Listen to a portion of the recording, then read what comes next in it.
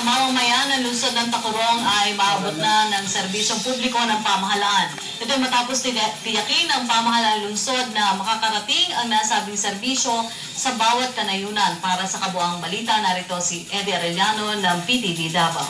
Isang pangako ang binitawan ni Mayor Lina Montilla ng Tacurong City sa mga mamamayan noong 2010 elections, dalhin ang serbisyo ng city government sa mga kanayunan. At noong 2011, inumpisahan niya ang pagdadala ng serbisyo publiko ng city government sa 20 mga barangay ng naturang lungsod. Ayon sa mayor, ang pangako ay dapat tuparin at di lamang mananatiling pangako lamang. Tayo naman ang bababa sa kanila for every year bago naman mag-election ulit. To give our services to them, tayo ang lalapit sa bawat barangay. So, sinuportahan naman po nila ng mga kasama ko, ng ating Vice Mayor at sangguniang lungsod. So, ito po na-conceptualize with the help also of our heads of offices. So, andito po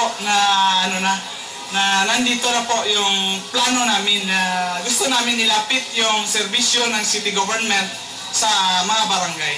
Ang mga nangungunang serbisyo na kanilang dinadala sa mga kanayunan ay ang medical mission ng City Health Office, registration ng mga kabataan ng local civil registration, serbisyo ng city veterinarian kagaya ng anti-rabies vaccinations at iba pang mga serbisyong legal ng City Legal Office at serbisyo ng lahat ng mga departamento ng city government.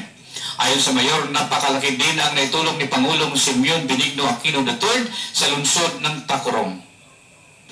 19% na po sa ang tinutulong ng Presidente kasi marami na po siya mga innovations na kami po sa city government nag-follow po sa mga suggestion po ng ating national government and nakaano na po kami, avail po kami ng mga tulong like sa Seal of Good Housekeeping po. We're given 3 million from the PCF po. So nagamit na po namin yon to mapapaganda po yung mga daan namin dito sa Tacurong. So pasalamat po ako sa Presidente sa mga ginagawa niya po na pagbabago po dito sa gobyerno natin. At kami sa local government ng Tacurong, sumusunod po kami at nag-support po kami kay Presidente.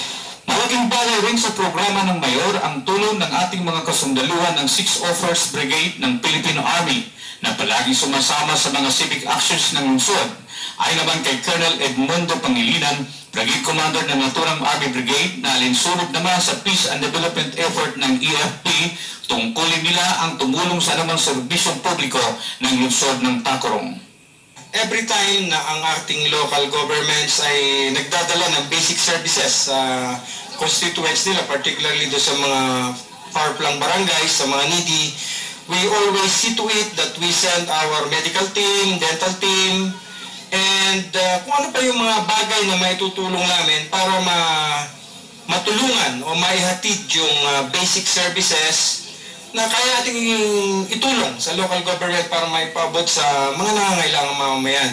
That is also part of the program na kasama doon sa ating IPSP Bayanihan. Malaking bagay naman sa pinakamalayong barangay ng San Rafael ang pagdala ng serbisyo ng city government sa kanila. Hindi na nila kailangan pumunta pa sa City Hall dahil ito na mismo ang lumapit sa kanila. Sa isang malaking tulong para sa amin ang libreng gamutan at pagpapabunot ng ngipin, libreng immunization sa mga hayop at sa gustong magtanong tungkol sa mga problema sa inyong mga birth certificate ay narito ang city government na magbigay ng tamang gabay. Para sa People's Television, Eddie Arellano.